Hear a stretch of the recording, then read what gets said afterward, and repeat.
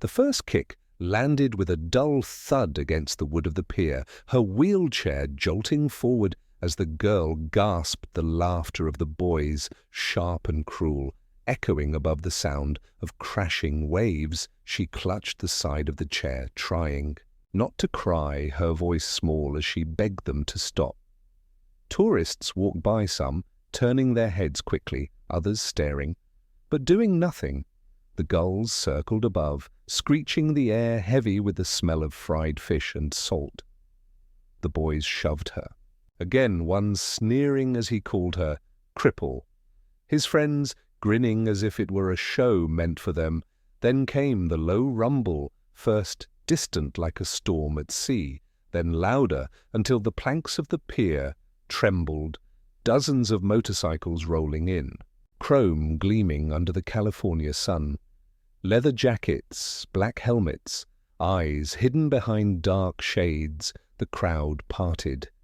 The bullies froze their grins, fading into pale silence. The leader cut the engine, swung a heavy boot onto the boards and walked forward.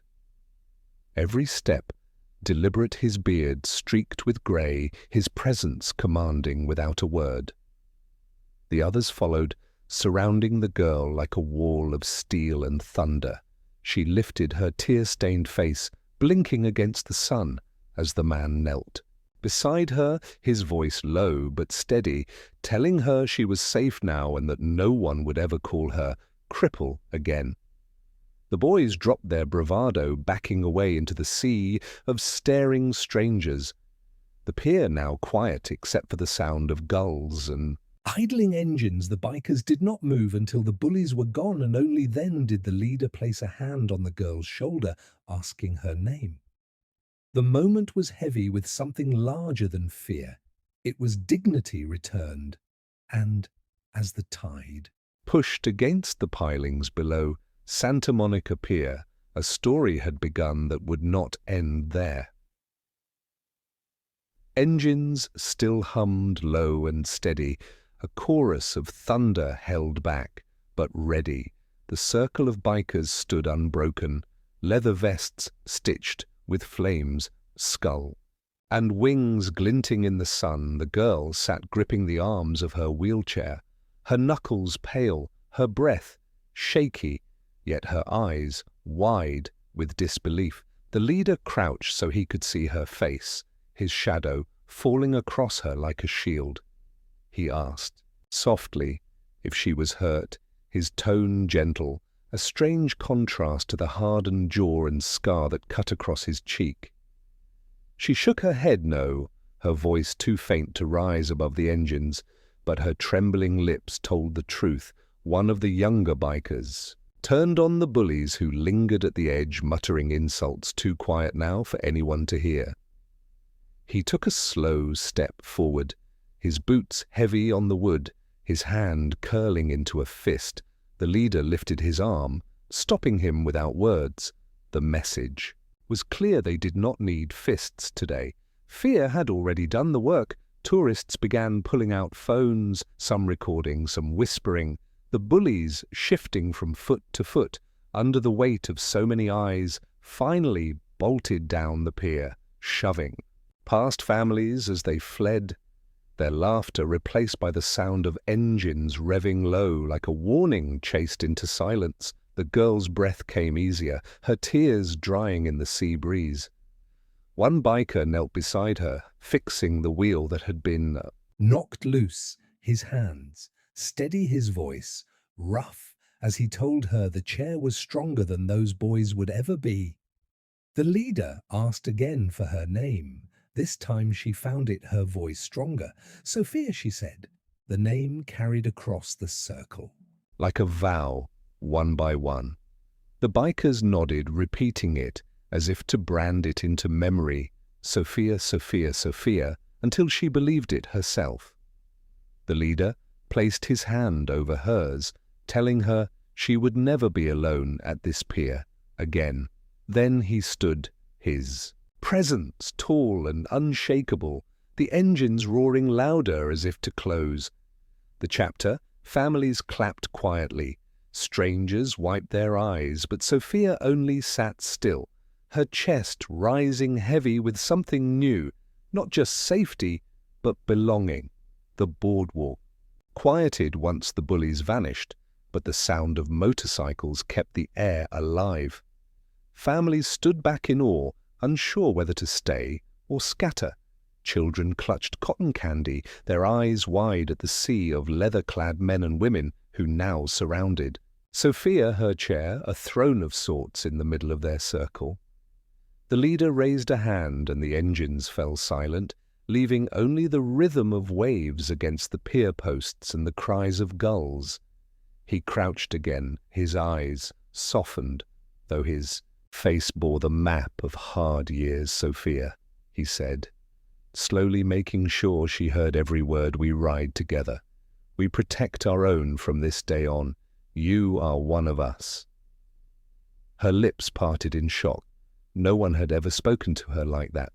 Not teachers, not classmates, not even family who often saw her chair before they saw her. Sophia swallowed hard, her throat tight, as tears welled again, this time, not from pain, but something heavier, something like being seen. One biker with tattoos snaking up his arms knelt and gently lifted her foot, checking the swelling from where she had been kicked. His touch, careful, despite the roughness of his skin. Another reached into his vest, pulling out a red bandana, tying it to the arm of her chair, a mark of kinship.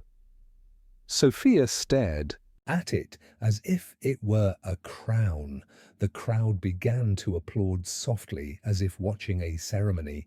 Though no words had been announced, the tourists whispered about the bikers, about their reputation. Yet in that moment their power was not fear, but protection. The leader turned toward the onlookers and said, clear enough for all to hear, "Strength is not measured by who you knock down, but who you lift up." The words hung over the pier, settling into the hearts of strangers like salt into sea air. Sophia gripped the bandana, her small hand shaking, and when she looked up, her eyes were no longer those of a victim, but of someone who carried a new story inside her. The leader rose. The bikers moved as one engine's roaring alive again, the sound filling the horizon. He asked her if she wanted a ride, just one lap around the lot at the pier. Sophia's breath caught, but she nodded. Yes, they lifted her carefully onto the back of the leader's bike, her chair folded and tied to another ride.